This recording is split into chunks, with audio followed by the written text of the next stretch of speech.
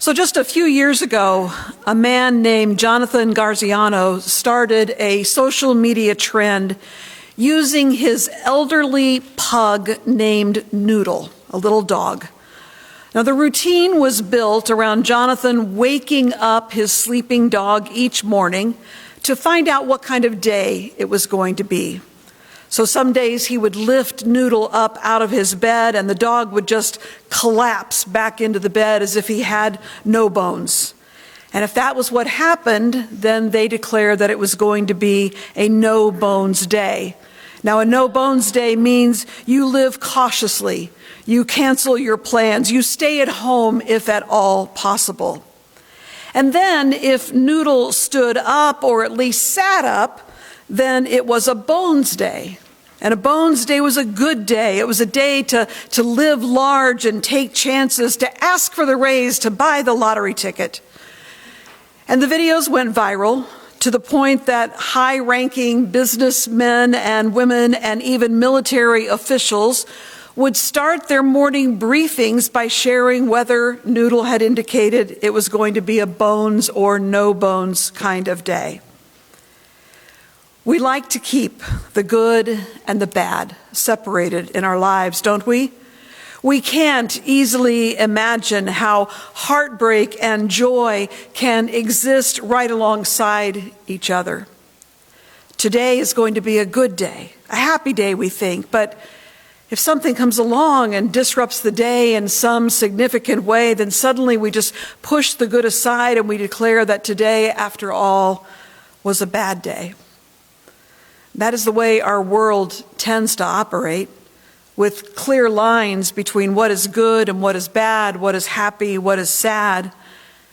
And we may know somewhere in our souls that it's just not possible to truly keep those boundaries in place. That doesn't keep us from trying.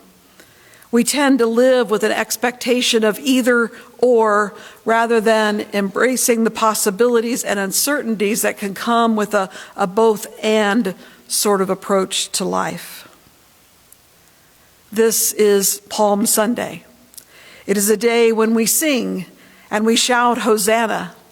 And we tend to look at this day as our final day of celebration before we will come face to face with the injustice and violence that is just around the corner. Palm Sunday, a good day. Everything that's to come, nothing but no good, horrible, very bad days. The story of Jesus entering Jerusalem just before his trial and execution is found in all four of our Gospels. Matthew, Mark, Luke, and John each tell the story just a little bit differently. And John doesn't include the disciples as much in his way of looking at this moment. In other accounts, the disciples play more of a major role. They help Jesus secure the donkey on which he will ride into the holy city of Jerusalem. But in John's way of telling the story, Jesus finds that donkey all on his own. Now, we have spent this season of Lent in the company of the disciple Peter. But today, neither Peter nor any of the disciples show up by name. Maybe Peter's way of walking alongside Jesus then prepares us well for this moment and these days ahead. Because it's clear from the way Peter shows up in the Gospels that he did not always draw that firm line between faith and doubt and courage and fear and understanding and wondering what the heck. Because Palm Sunday doesn't really give us room to build up a boundary line between happy and sad, joy and grief, Palm Sunday actually takes us to an awkward place, that space between the emotions that carry us through life where it's all mixed up. And then we have the gospel writer John, who gives us such a brief look at this important part of our faith story. Listen once again. The next day, the great crowd that had come to the festival heard that Jesus was coming to Jerusalem. So they took branches of palm trees and went out to meet him, shouting, "Hosanna! Blessed is the one who comes in the name of the Lord, the King of Israel." Jesus found a young donkey and sat on it, as it is written, "Do not be afraid, daughter of Zion. Look, your king is coming, sitting on a donkey's colt." His disciples did not understand these things at first, but when Jesus was glorified, then they remembered that these things had been written of him and had been done to him. The only mention of the disciples here is that they are confused. They don't understand what's happening, and they're not really going to get it until the day of resurrection. And so with that, let us give ourselves permission to simply imagine what the disciples were seeing and feeling on this day that we call Palm Sunday. We can look back in the Gospel of John and realize that they have seen a lot. Jesus raised his friend Lazarus from the dead. Doing so seems like a good thing, right? But instead, the people with religious and political authority are bothered by this miracle, and the plots to have Jesus arrested and put to death begin to gain ground. And Jesus then decides that now would be a good time to make a retreat into the wilderness along with his disciples. The crowds are beginning to make the journey to Jerusalem for the Passover, and they're wondering among themselves if Jesus will even show his face during the celebrations. Jesus comes back from the wilderness. He lands in Bethany to stay again with Lazarus, and it is here that Mary anoints him with rich perfume, perhaps a way of preparing him for death and burial. And Judas begins to show his true colors. And all the while, word of more plots to destroy Jesus and even to kill Lazarus are now coming to light. A life restored and a life threatened. Sanctuary in the wilderness, and an act of love that foretells death. Comfort in the home of a friend, and a growing outcry for Jesus' death. Recent days have been nothing but a blurring of the lines between good and bad, and joy and grief, and confidence and fear. What might our friend Peter and the other disciples been feeling as they stood with the crowds watching this celebration unfold? In their confusion, could they have also had maybe a sense of relief? Wondering amongst themselves, since everybody is so welcoming now to Jesus, maybe those who are plotting against him will just have a change of heart.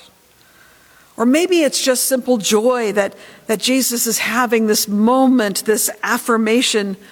After all, Hosanna means save us, and the crowds are shouting over and again their belief that Jesus can save them. Peter may have had a sense of foreboding. Perhaps he was scanning the crowd and looking for those who were about to arrest his friend and his Lord. And is he still hoping that all that Jesus had predicted would happen to him in Jerusalem simply would not come true? Or maybe Peter simply knew that Jesus would not do anything to stop that which was about to unfold. In our celebration of Palm Sunday, we so often forget that this moment, this time of Jesus coming into Jerusalem, riding on that donkey, it is an act of defiance. It is a nonviolent protest led by Jesus. It's more than likely that as Jesus is welcomed like a king, one willing to ride a donkey, that just across town, another dramatic scene is unfolding. As Passover week opens, it is customary for Pilate to return to Jerusalem. And the crowds would be welcoming him there as well, but there are no donkeys. Instead, there are war horses and armor and chariots. And if you people of Jerusalem want to know who is in control, then look no further, because it is empire in all of its glory. Jesus' decision to enter Jerusalem riding a donkey was a way to challenge the empire.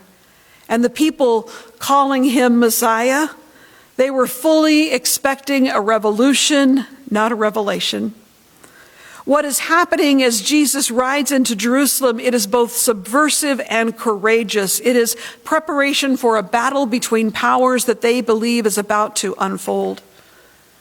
What the people didn't know, or perhaps they had chosen to keep what they'd heard pushed off to the side, to not let it cross over and ruin the party that was really a protest.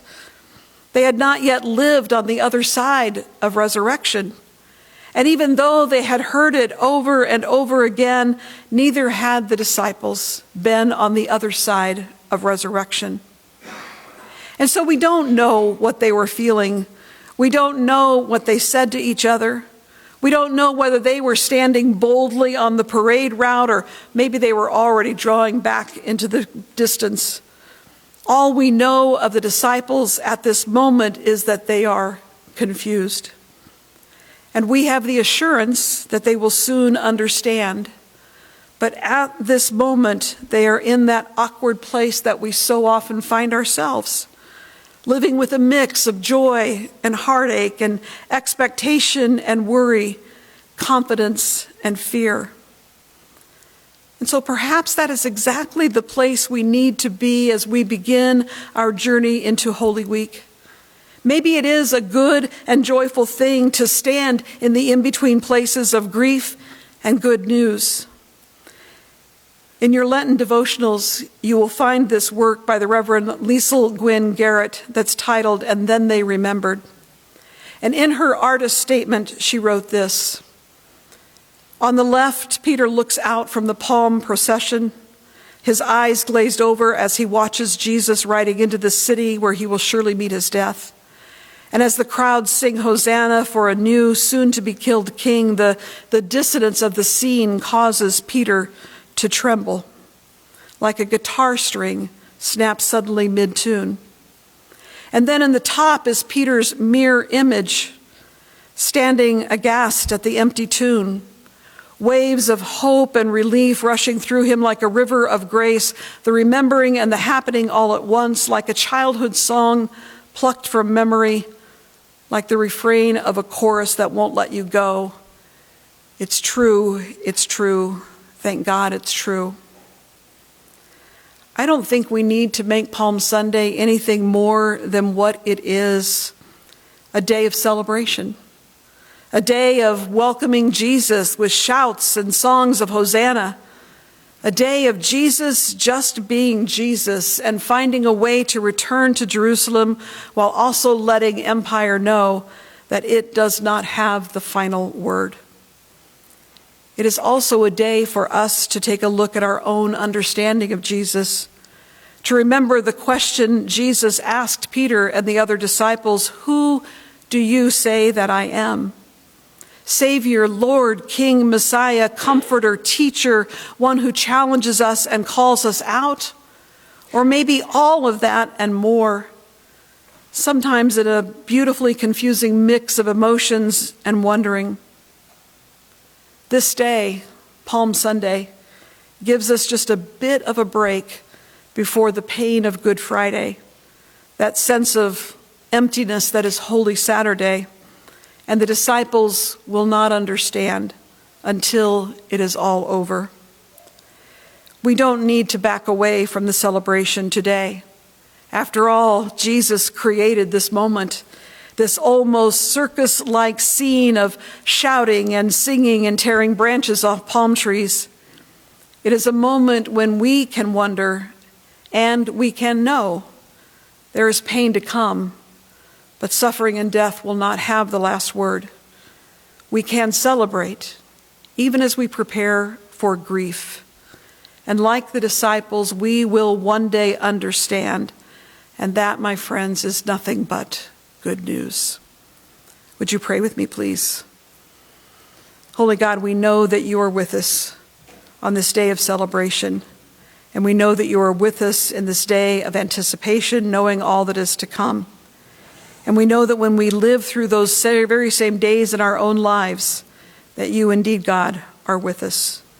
And for that we are grateful. And we ask you to receive our hosannas this day. Amen. I invite you now to stand in body or in spirit as we sing hymn number